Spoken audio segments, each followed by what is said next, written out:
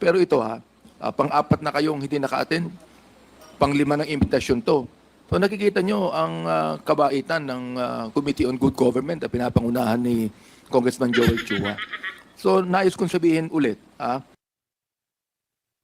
Ano sasabihin mo? Oo. May sasabihin daw siya, itong nag-loading si lang. Zuleika Lopez, Emmanuel Gonzaga Ortonio, Rosalyn Ladores Sanchez, Gina Acosta, Julieta Villa del Rey, Edward Fajarda, Sunshine Chari Fajarda. Huwag nyo naman kami hahamunin ang committee ito na mag-issue na kami ng contempt order sa inyo. Sana mag-attend na kayo.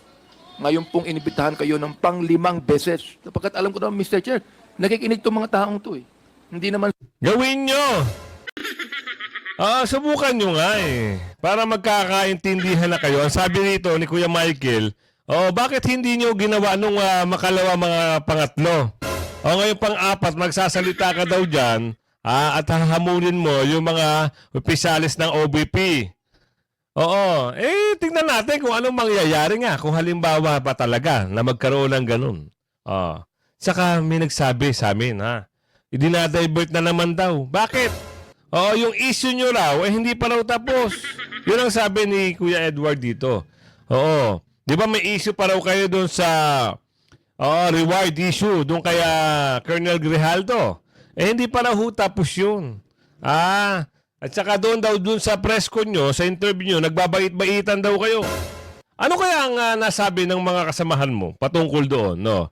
Na yung lalo na si chairman. Kung sino yung chairman nyo, ano kaya sabi sa inyo?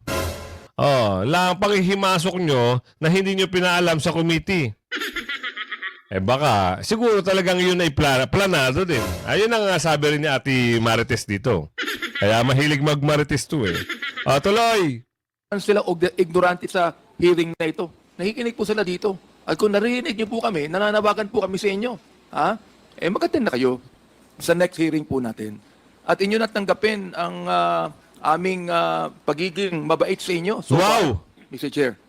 Mr. Chair, may I be recognized? Pagiging mabait daw. Sana lang. Tingnan nyo naman. Galit na si Tatang. Di ba? Kasi alam nila, may paglalagyan sila. Siguro nakakaramdam na ito doon sa lugar niya. Nakakaramdam ka na ba, Tay? Wala na bang pumapansin pag kayo ay pumupunta sa mga barangay? Balita ko nga doon sa barangay sa nasasakupan ni Tatay.